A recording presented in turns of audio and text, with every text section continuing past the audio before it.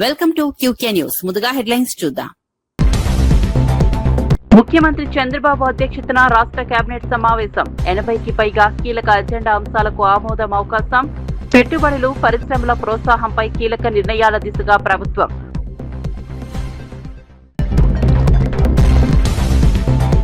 Musi project పేరుతో పేదల ఇళ్లు కూల్చేస్తున్నారని కేటీఆర్ ఆరోపణ. 2.5 పాలనలో కూల్చివేతలకే ప్రాధాన్యమని విమర్శ.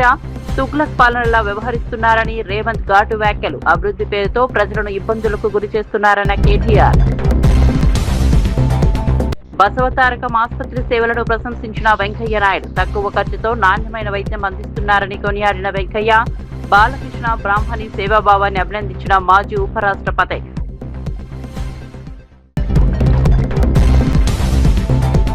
కల్వకుంట్ల కుటుంబంపై ప్రశ్నలు లేవనెత్తిన అద్దంకి దయాకర్. తెలంగాణ సెంటిమెంట్ తో రాజకీయ లబ్ధి పొందారన్న విమర్శ. బీఆర్ఎస్ గా పార్టీ మార్పుపై ప్రజలకు సమాధానం చెప్పాలని డిమాండ్. బీఆర్ఎస్ విశ్వసనీయత కోల్పోయిందని ఘాటు వ్యాఖ్యలు.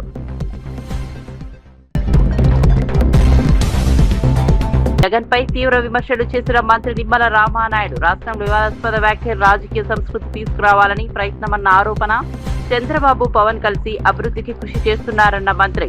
ప్రజలు వాస్తవాలను గమనిస్తున్నారని వ్యాఖ్యానించిన నిమ్మల. సీఎం చంద్రబాబు అధ్యక్షతన రాష్ట్ర కేబినెట్ సమావేశం కొనసాగుతోంది. భేటీలో 80కి పైగా అజెండా అంశాలకు ఆమోదం లభించే అవకాశం ఉంది. పరిశ్రమలు, ఐటీ, పర్యాటకం, రాజధాని అమరావతికి సంబంధించిన కీలక నిర్ణయాలు తీసుకోనున్నారు. ఉద్యోగాల కల్పన, డేటా సెంటర్లు, పర్యాటక ప్రాజెక్టులు, పునరుత్పాదక ఇంధన రంగాలకు ప్రాధాన్యత ఇస్తూ ప్రభుత్వం ముందుకు సాగుతోంది.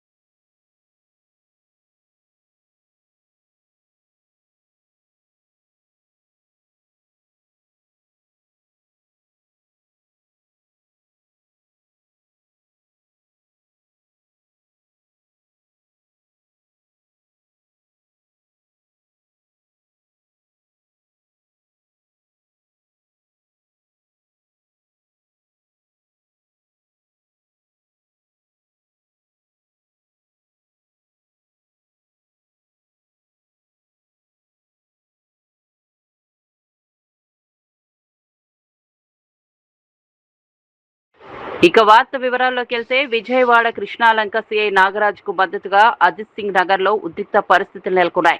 సిఐ నాగరాజును విచారించేందుకు టాస్క్ ఫోర్స్ పోలీసులు ఆయన సన్నిహితుల ఇళ్లకు చేరుకోవడంతో స్థానికులు, మద్దతుదారులు పెద్ద ఎత్తున తరలివచ్చారు. పోలీసుల చర్యలను వ్యతిరేకిస్తూ నిరసనలు చేపట్టారు. నాగరాజును అరెస్ట్ చేస్తే తీవ్ర పరిణామాలు ఉంటాయని హెచ్చరించారు. కొన్ని మీడియా సంస్థలు కావాలని నాగరాజు, ఆయన కుటుంబంపై తప్పుడు ప్రచారం చేస్తున్నాయని ఆరోపిస్తూ ఆగ్రహం వ్యక్తం చేశారు. Police, save democracy, save democracy, save democracy, save democracy, save democracy, save democracy, save democracy, save democracy, save democracy, save democracy, save democracy, save democracy. Save police, save police, save we want justice, save police, save police, save democracy, save democracy. మీరు దీన్ని రాజకీయం చేయొద్దు. రాజకీయం చేయకుండా తప్పు ఒప్పును మీరు పునరాలోచించుకోవాలని మాత్రం ఖచ్చితంగా చెప్తున్నాం. అతని మీద 2 NVWలు అరెస్ట్ వారెంట్ పెండింగ్ లో ఉండగా అతను ఎక్కడన్నా మిస్పాపరేట్ పారిపోయి ఈ విధంగా ప్రతిపక్ష నాయకులు వేరే కార్యక్రమం చూపిస్తున్నారని చెప్పేసి అనుకోవడం కూడా అతిశయోక్తిగా లేదు. ఖచ్చితంగా మాత్రం ఆ కోణంలో కూడా దర్యాప్తు చేయాలి. సిఐ నాగరాజు గారికి మాత్రం అధికార పక్షం, ప్రతిపక్షంలో కొన్ని ఇలా చేస్తున్నారు కాబట్టి తప్పనిసరిగా ఆయనకి ప్రభుత్వం సెక్యూరిటీ కలిగించాలని చెప్పేసి కూడా కోరుకుంటున్నాం. తెలంగాణలో బీఆర్ఎస్ రాజకీయంగా ముగిసిపోయిందని టీపీసీసీ చీఫ్ మహేష్ కుమార్ గౌడ్ అన్నారు. అసెంబ్లీ, లోక్సభ ఎన్నికల్లో ప్రజలు బీఆర్ఎస్ ను తిరస్కరించారని పేర్కొన్నారు. కాంగ్రెస్ ప్రభుత్వంపై బీఆర్ఎస్ నేతలు దుష్ప్రచారం చేస్తున్నారని విమర్శించారు. ఇప్పటివరకు 70% హామీలు అమలు చేశామని తెలిపారు. ఎప్పుడు ఎన్నికలు వచ్చినా కాంగ్రెస్ విజయం ఖాయమని ధీమా వ్యక్తం చేశారు. దాదాపు 70% వాగ్దానాలు ఇప్పటివరకు పూరిస్తూ వచ్చాం. ఉచిత బస్సు మొదలుకొని ఇలా సన్న బియ్యం వరకు ప్రతి కార్యక్రమం నెత్తిన పెట్టుకుని పేదవారి ప్రజల ధ్యేయంగా ప్రభుత్వం ముందుకు పోతా ఉంది. బీఆర్ఎస్ పని రాష్ట్రంలో అయిపోయింది. 2023లో అసెంబ్లీ సీట్ తగ్గించారు, పార్లమెంట్ లో 0 సీట్లు ఇచ్చారు. ఇలా వాళ్ళ పరిస్థితి ఎటు తోచక అయిన దానికి కాని దానికి విమర్శలు చేస్తా ఉన్నారు.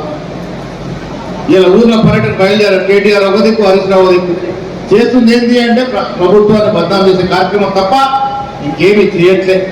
వాళ్ళు ఏమనుకున్నారంటే తెలంగాణ ప్రజలు జ్ఞాపక శక్తి తక్కువ కాబట్టి మేము 10 ఏళ్ల కాలంలో చేసిన అరాచకాలు దోపిడీ మర్చిపోయారనే ఫీలింగ్ లో ఉన్నారు. హరీష్ రావు గారు, కేటీఆర్ తెలుసుకోవాల్సింది తెలంగాణ ప్రజలు విఘ్నులు. నేను 10 ఏళ్ళుగా చేసిన నీళ్ల దోపిడీ, భూ దోపిడీ, విధుల దోపిడీ, మీ అక్రమాలు ఇంకా మర్చిపోలే. మళ్ళీ మీకేదో ఆదరిస్తారనుకుంటే భ్రమ తప్ప ఇంకేం కాదు. ఈ రాష్ట్రంలో కాంగ్రెస్ పార్టీ వాళ్ళు ఇస్తున్న సంక్షేమ అభివృద్ధి పట్ల గ్రామ స్థాయి కార్యకర్తలు, పౌరులు సంతోషంగా ఉన్నారు. ఎప్పుడు ఏ ఎన్నిక జరిగినా కాంగ్రెస్ పార్టీదే విజయం ఈ రాష్ట్రంలో. ఇలా పేదవాడు సంతోషంగా ఉన్నాడు, సన్న బియ్యం రుచిగా ఆస్వాదిస్తా ఉన్నాడు. 200 లోపు యూనిట్ కరెంటు చూసుకుంటే ఏ గ్రామానికి వెళ్ళిన 70% ప్రజలు 200 లోపు యూనిట్లు జీరో బిల్లు పొందుతా ఉన్నారు. ఏకకాలంలో 2 లక్షల చొప్పున 23,000 కోట్ల రుణమాఫీ చేసినటువంటి ప్రభుత్వం కాంగ్రెస్ ప్రభుత్వం. ఇవాళ కాంగ్రెస్ ప్రభుత్వం ధ్యేయమంతా కూడా మహిళల అభ్యున్నతి, పేదవాడికి సంక్షేమం. ఆ దశగా నడుస్తున్న ఈ తరుణంలో ఎవరించి ఎన్ని అబద్ధాలు చెప్పినా సోషల్ మీడియాని. కాకినాడలో నిర్వహించిన కాపు సభ అసలు కాపుల ఆత్మీయ సమావేశం కాదని, రాజకీయ నిరుద్యోగుల ఆర్తనాద సభ అని టీడీపీ రాజ్యసభ్యుడు సానా సతీష్ బాబు విమర్శించారు. కాపులపై ప్రేమతో కాకుండా రాజకీయ లబ్ధి కోసమే వైఎస్ఆర్సీపీ నేతలు కార్యక్రమాలు నిర్వహిస్తున్నారని ఆరోపించారు. కాపు రిజర్వేషన్లు, కాపు భవనాల నిర్మాణం వంటి అంశాలపై వైఎస్ఆర్సీపీ వైఖరిని ప్రశ్నించారు. కుల రాజకీయాలను ప్రజలు నమ్మరని డిప్యూటీ సీఎం పవన్ కళ్యాణ్ చెప్పిన వాస్తవాలను సమాధానం చెప్పాలని డిమాండ్ చేశారు. నిరుద్యోగుల ఆర్తనాద సభ అని నేను చెప్తాను. మీరు వాడు అక్కడ చూసిన వాళ్ళందరూ కూడా ఏం చెప్పారు, బయటకు వచ్చి ఏం ప్రాబ్లం ఉందని చెప్పారు. ఇదే నాయకులు వైఎస్ఆర్సీపీలో మేము ఈడబ్ల్యూఎస్ రిజర్వేషన్ తీసేస్తున్నానని చెప్పి జగన్ అన్నప్పుడు వీళ్ళు ఏమీ మాట్లాడలేదు. అటువంటి వాళ్ళు మేము 2014-19లో కాపు భవనాలకు గాను ప్రత్యేకంగా 27 కాపు భవనాలకి ముఖ్యమంత్రి చంద్రబాబు నాయుడు గారు రాష్ట్రం అంతటా కూడా పనులు ప్రారంభించి 80% పనులు 2019 వరకు అవగొట్టితే కతిమ 20% పనులు అవగొట్టకుండా వైఎస్ఆర్సీపీ గవర్నమెంట్ ఆ టైంలో ఏ విధంగా ముందుకు తీసుకెళ్ళాలని ఆపినప్పుడు ఈ కాపు నాయకులు ఏం చేశారు? ఈరోజు వీళ్ళందరూ వచ్చి మేము కాపు వాళ్ళకి సరిగ్గా జరగట్లేదు అంటానికి కారణం ఏంటంటే వారు రాజకీయంగా ఏదో లబ్ధి పొందాలనే ఉద్దేశంతో చేస్తుంది తప్ప ఇది పర్టికులర్గా ఏదో కాపుల మీద ప్రేమతో చేసింది కాదని చెప్పి మేము చెప్తున్నాం. సభ అసలు సక్సెస్సే కాదు. వాళ్ళు వచ్చి బయటకు వచ్చి ఏం చెప్పగలిగారండి? ఇప్పుడు అదే జగన్మోహన్ రెడ్డి కాకినాడ జిల్లా నడిబడ్డులో కాపులు ఎందుకు పనిచేయరు, కాపులకు ఏ విధమైన రిజర్వేషన్ అక్కర్లేదని బహిరంగంగా ప్రకటించాడు ఆ రోజు ఎలక్షన్ ముందు. ఆ రోజు ఏం చేశారు వీళ్ళందరూ? ఈవేళ వాళ్ళు వచ్చి ఏదో జరుగుతుందంటే ఇప్పుడు ఎక్కడో ఈ ప్రతి చిన్న విషయాన్ని రాజకీయం. మొన్న ఎవరో చనిపోతే రాజకీయం. ఈ జగన్మోహన్ రెడ్డి దగ్గర ఒక టీం ఉంటుంది. వీళ్ళు ఏంటంటే ఎవరన్నా చనిపోతే ఆ శవం దగ్గరికి వెళ్ళి ఇతనికి కులం ఏంటి, కాప, కమ్మ, రెడ్డ చూసుకుని దాన్ని రాజకీయం ఎలా చేయాలని చెప్పి చూస్తూ ఉంటారు. ఇదే పద్ధతిలో మొన్న లాకప్ డెత్ అని చెప్పి ఇదని చెప్పి ఒక హడావిడి చేశారు. ఇవన్నీ కూడా వాళ్ళు కుల రాజకీయం. మీకు పర్టికులర్గా చెప్పాలంటే ఇదే త్రిమూర్తులు కోనసీమలో 2 కులాల మధ్య ప్రశాంతంగా ఉన్న కోనసీమలో జగన్మోహన్ రెడ్డి చిచ్చు పెడితే ఈ త్రిమూర్తులు ఆ రోజు ఏం మాట్లాడలేదు. 160 మంది కాపులను అరెస్ట్ చేశారు ఆ రోజున. ఆ రోజు ఈ త్రిమూర్తులు వైఎస్ఆర్సీపీలో ఉన్నారు కదా.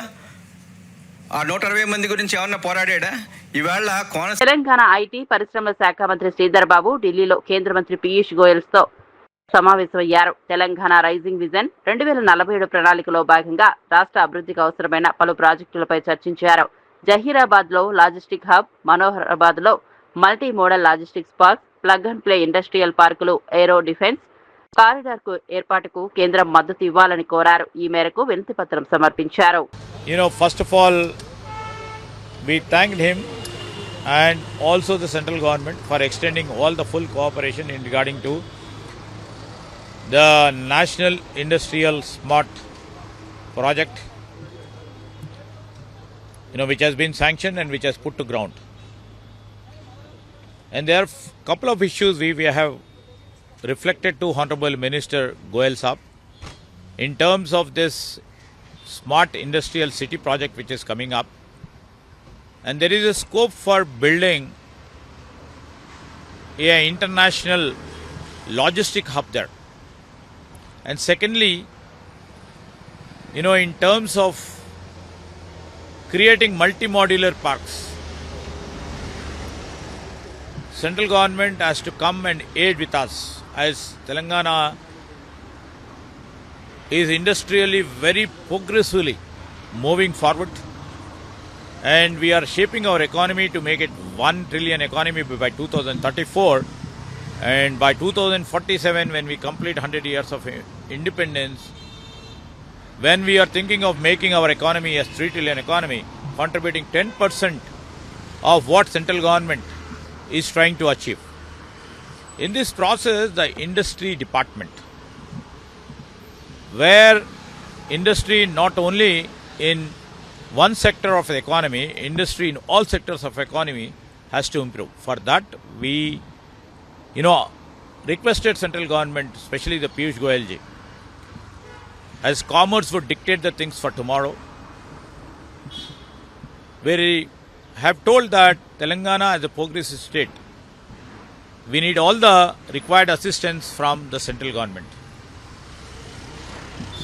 And in terms of few other issues where we have made it a pertinent, maybe irrigation facility which is not there as of now in Telangana, which will be helpful for export of the fruits and all other resources to different places of the globe. The irrigation facility is very important. We requested him to provide all the financial assistance required to make it a state-of-art irrigation facility. He was so positive in his approach that he would be willing to offer his assistance in terms of developing it. The central government has come up with a new Bhavya scheme to come up with new industrial clusters. These industrial clusters, Telangana should be given importance. The many industry partners from the globe, from India, and our domestic partners are coming to put their industry establishments. On behalf of the state government, on behalf of our Industrial Infrastructure Corporation, we are providing them the land and all other facilities. In addition, when central government has come up with the scheme of Bhavya, we have identified 15 to 16 parks. And we requested Honorable Minister to identify all these parks under Bhavya scheme. And other scheme, what the central government is thinking of uplifting 200 industrial legacy park, the old parks.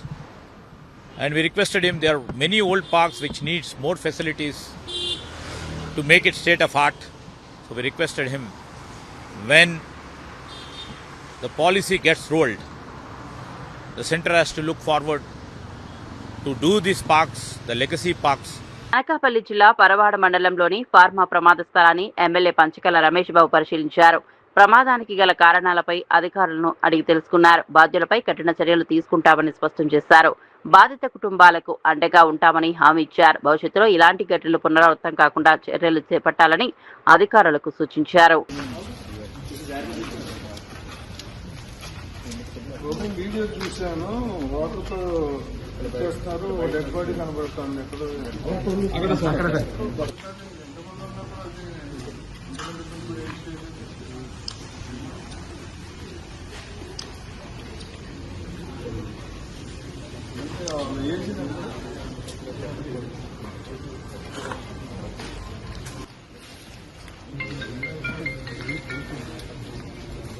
ఎన్ని సంవత్సరాలు వాళ్ళు?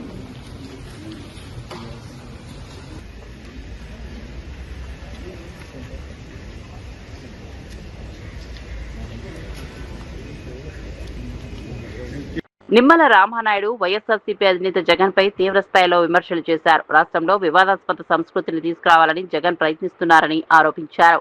చంద్రబాబు నాయుడు, పవన్ కళ్యాణ్ రామలక్ష్మణులా కలిసి పనిచేస్తారని స్పష్టం చేశారు. TDP, Janasena కూటమి బలంగా కొనసాగుతుందని చెప్పారు. రాష్ట్ర అభివృద్ధిని అడ్డుకునే కుట్రలను ప్రజలు గమనిస్తున్నారని పేర్కొన్నారు. పులివెందుల సంస్కృతిని ఆంధ్రప్రదేశ్ రాష్ట్రం అంతా కూడా తీసుకురావాలనేటువంటి ప్రయత్నంలో భాగంగానే ప్రాంతాల మధ్య, మతాల మధ్య, కులాల మధ్య చిచ్చు పెట్టాలనేటువంటి ప్రయత్నం. అందులో భాగంగానే రాయలసీమ, కోస్తా, ఉత్తరాంధ్ర అనేటువంటి ప్రాంతాల మధ్య చిచ్చు అనేటువంటి ప్రయత్నం విఫలం చెందినటువంటి విషయం మీ అందరికీ తెలుసు. అదే రకంగా కలియుగ దైవం వెంకటేశ్వర స్వామి వారి ప్రసాదాన్ని సైతం అపవిత్రం చేయాలని చూస్తే మనం ఎవ్వరూ శిక్షించిన అవసరంలా. ఆ కలియుగ దైవం వెంకటేశ్వర స్వామి మొన్న ఎన్నికల్లో జగన్మోహన్ రెడ్డిని శిక్షించినటువంటి పరిస్థితి.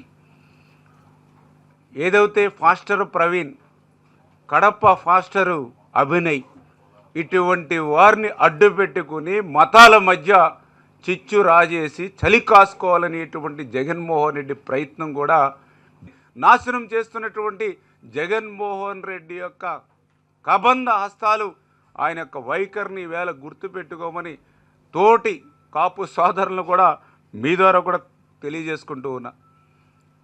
మొన్ననే చూసాం. ఏదైతే ఈ యొక్క జగన్మోహన్ రెడ్డి కబంధ హస్తాల్లో ఉండి ఆయన యొక్క ఫ్యాక్షన్లో కానివ్వండి, ఆయన యొక్క పులివెందుల సంస్కృతిలో చిక్కుకున్నటువంటి మా తోటి సోదర కాపు నేతలు కొంత సమావేశం పెట్టి కాపుల గురించి మాట్లాడుతూ ఉంటే నిజంగా దెయ్యాలు వచ్చి వేదాలు వల్లించినట్టుగా ఉన్నటువంటి పరిస్థితి.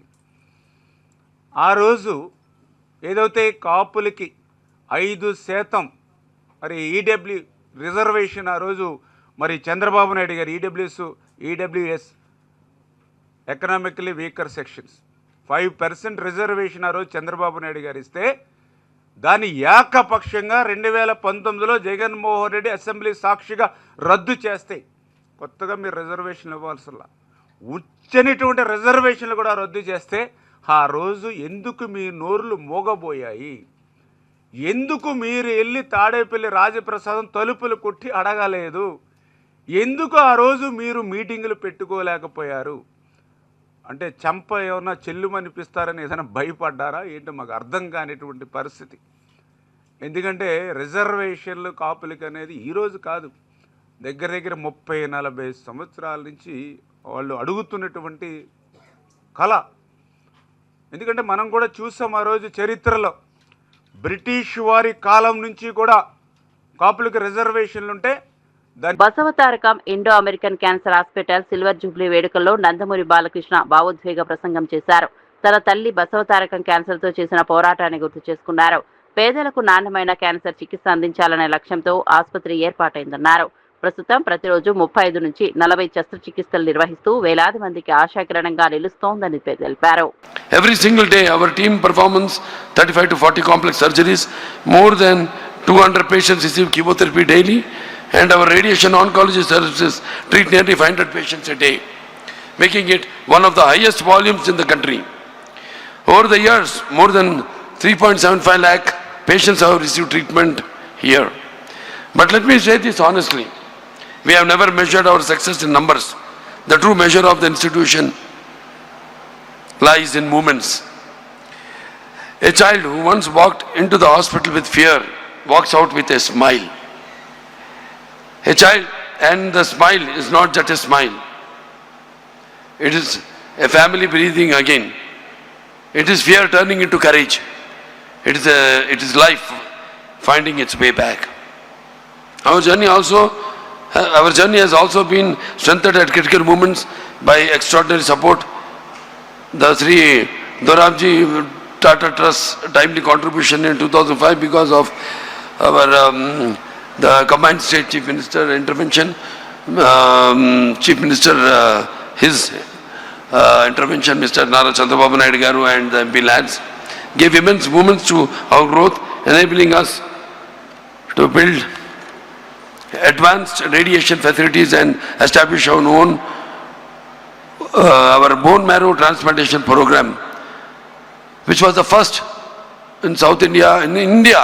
That is a 12-bedded unit which had started, which has today grown into one of the most respected programs in the region. At the same time, government support has played a transformative role Through schemes like Arogyashri and PMJAY, lakhs of patients have received life-saving treatment. From the bottom of my heart, I express my sincere gratitude to all governments, whether it was the United Andhra Pradesh or today's Telangana and Andhra Pradesh. Every leadership has stood with us, and more importantly, stood with patients who needed it the most. Because cancer is not just a disease, it's a financial, emotional and generational burden. Many families are forced to sell everything they have, but these schemes have protected them, supported them and given them a fighting chance. I humbly request continued and increased support for such initiatives so that even more lives can be saved. We are not alone in this journey. From large corporate organizations supporting us through CSR, to individuals who gave not because they had more, but because they felt more from inside. From supporters across India to our Telangana, to our Telugu community across the world, particularly in the United States, Australia, and many other countries. Organizations like TANA, Telugu Association North America, and NATS, North American Telugu Society, and many Telugu associations who stood with us time and again. Our fans who responded with trust and stood beside us always. And our partners and suppliers who ensured that world-class treatment remained accessible and humane. Because they understood that behind every effort, there is a life waiting. All of you did not just support an institution. You stood between fear and hope, between illness and healing.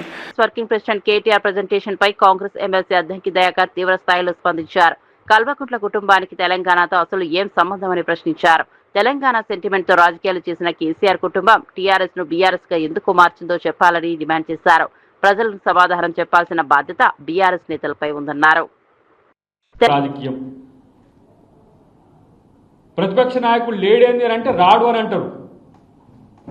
అసలు నేను అంటున్నా ఈరోజు మళ్ళీ తెలంగాణ సెంటిమెంట్కి మేమే బాధ్యులం అంటారు కదా. మీ బతుకు భారత రాష్ట్ర సమితి ఎందుకు మారింది? మళ్ళీ తెలంగాణ సెంటిమెంట్ ఎవడొచ్చి ఇక్కడ కొట్లాడినా సరే, వాడొచ్చి కొట్లాడినా, వీడొచ్చి కొట్లాడినా వీడు ఉండడు, మళ్ళీ మేమే కొట్లాడాలి. భారత రాష్ట్ర సమితి అని గుణాత్మకమైన మార్పు అని చెప్పి దేశవ్యాప్తంగా మేము విస్తరించాలని పోతే ప్రజలు బండకేసి బాలంగానే మన వెనకకు వచ్చేసి అలా మేము తెలంగాణ అంటుంటారు. మీరు తెలంగాణ వాళ్ళు కారు. రాసుకోండి. ఇప్పుడు ఒక తెలంగాణ ఉద్యమకారుడిగా, తెలంగాణ ఉద్యమకారుల కమిటీ మెంబర్గా నేను ఈరోజు చెప్తున్నా, బీఆర్ఎస్ పార్టీలో తెలంగాణ నాయకులు ఉండొచ్చు, తెలంగాణ ఉద్యమకారులు ఉండొచ్చు, కానీ కల్వకుంట్ల కుటుంబం తెలంగాణకు సంబంధించింది కాదు ఇప్పుడు. ఎందుకంటే ఎందుకు భారత రాష్ట్ర సమితిని మార్చిండ్రో ఇలా తెలంగాణ సమాజానికి మీరు చెప్పాల్సిన అవసరం ఉంది. లేకపోతే ఈ ఒక ఆయన పొట్టి ముక్క ఆయన, పొడుగు ముక్క ఆయన తిరుగుతూ ఉన్నారు కదా, ఇటొకళ్ళు బావమర్దులు పంచుకొని. భారత రాష్ట్ర సమితి అని పెట్టుకున్నందుకు మీరు ముక్కు నేలకు రాయండి. తెలంగాణ ప్రజలకు నమ్మించి ద్రోహం చేసిన ద్రోహులు మీరు తెలంగాణ రాజకీయాల్లో. మీరు ఇవాళ వచ్చేసి మళ్ళీ ముఖ్యమంత్రి అది చేయలేదు, ముఖ్యమంత్రి ఇది చేయలేదని. రేవంత్ రెడ్డి ప్రభుత్వం మూసీ ప్రాజెక్టు పేరుతో పేదల ఇళ్లను కూల్చివేస్తోందని బీఆర్ఎస్ వర్కింగ్ ప్రెసిడెంట్ కేటీఆర్ ఆరోపించారు. 2.5 ఏళ్ల అభివృద్ధి కంటే కూల్చివేతలు ఎక్కువ చేశారని విమర్శించారు. లక్షలాది మంది ప్రజలు ఇబ్బందులు పడుతున్నా ప్రభుత్వం పట్టించుకోవడం లేదన్నారు. మూసీ ప్రాజెక్టు పేరుతో అక్రమాలకు పాల్పడుతున్నారని ఆరోపిస్తూ ప్రభుత్వ వైఖరిని తప్పుబట్టారు. ఒక్క ఇటుక పెట్టిండా? 2.5 ఏళ్ళు అయిపోయింది కదా, కానీ ఎన్ని ఇండ్లు కూలగొట్టిండు? ఇండ్లు ఎన్ని కూలగొట్టిండు ఎరికేనా? కొన్ని వేల ఇండ్లు హైడ్రా పేరిట, ఇంకో దాని పేరిట ఇలా ఇష్టం వచ్చినట్టు కూలగొట్టుడు. ఇటుక పేర్చింది లేదు, ఇల్లు కట్టింది లేదు, అంతా కూలగొట్టుడే. ఇంకా ఘోరం ఏంటంటే ముఖ్యమంత్రి గారికి గరీబోళ్ళు ఏడుస్తుంటే, ఇల్లు కూలిపోయి ఏడుస్తుంటే ఆయనకు సాడిస్టిక్ ప్లెజర్ వస్తుందంట, పైశాచిక ఆనందం వస్తుందంట, ఆయనకు మంచిగా అనిపిస్తుందంట, సంతోషం అనిపిస్తుందంట. అనిపిస్తుంది. ఎందుకు అనిపించేది? ఎవడన్నా నాయకుడిని నీకు ఆదర్శం ఎవరయ్యా, నీకు ఇన్స్పిరేషన్ ఎవరయ్యా అంటే రాముడు అంటారు, శ్రీరాముడు నాకు ఆదర్శం అంటారు, లేదా శ్రీకృష్ణుడు నాకు ఆదర్శం అంటారు. కానీ రేవంత్ రెడ్డికి ఎవరు ఆదర్శమో తెలుసా మీకు? ఒక రావణాసురుడు, ఒక నరకాసురుడు, వాళ్ళను మించిన వాడు హిట్లర్. హిట్లర్ నాకు ఆదర్శం అని బట్లర్ ఇంగ్లీష్లో చెప్తున్నాడు రేవంత్ రెడ్డి. హిట్లర్ అంటే ఎవడో ఎరికేనా? కొన్ని లక్షల మందిని చంపేసినోడు ఆయననట. ఈయనకు ఆదర్శమట. ఆయననే ఆదర్శంగా తీసుకొని పనిచేస్తాడట. ఇక దాన్ని బట్టి మనం అర్థం చేసుకోవచ్చు. యాక్చువల్గా చెప్పాలంటే ఆయన హిట్లర్ ఒకటే కాదు, ఆయనకు ఆదర్శం ఇంకొకడు కూడా ఉన్నాడు. సగం తుగ్లక్ ఉన్నాడు, సగం హిట్లర్ ఉన్నాడు. సగమేమో తుగ్లక్ పనులు, సగమేమో హిట్లర్ పనులు. బసవతారకం క్యాన్సర్ ఆసుపత్రి సిల్వర్ జూబ్లీ వేడుకల్లో మాజీ ఉపరాష్ట్రపతి వెంకయ్యనాయుడు ముఖ్య అతిథిగా పాల్గొన్నారు. ఆసుపత్రి చైర్మన్ బాలకృష్ణ నారా బ్రాహ్మణిని అభినందించారు. ప్రేమ, మానవత్వంతో తక్కువ ఖర్చుతో వైద్య సేవలు అందిస్తున్నారని కొనియాడారు. తెలుగు రాష్ట్రాలు విద్య, వైద్య రంగాల అభివృద్ధిపై మరింత దృష్టి పెట్టాలని సూచించారు. దాతలకు ప్రత్యేకంగా కృతజ్ఞతలు తెలిపారు. ఇతర సిబ్బందికి, ఈ ఆసుపత్రి నిర్వహణకు ప్రస్తుతం మరి అధ్యక్షుడిగా ఉండి నడిపిస్తున్న శ్రీ నందమూరి బాలకృష్ణ గారికి, శ్రీమతి అమ్మాయి బ్రాహ్మణికి హృదయపూర్వక అభినందనలు మనందరి తరఫున వారికి అభినందనలు తెలియజేస్తున్నాను. మంచిగా దీన్ని ఇలాగే అమరావతికి వ్యాపించడమే కాకుండా అందరికీ కూడా అందుబాటులో ఉండేట్టుగా మరింత దగ్గర చేసే ప్రయత్నం చేయాలని చెప్పి నేను కోరుతున్నాను. నేను ఒకే విషయం చెప్పదలుచుకున్నాను.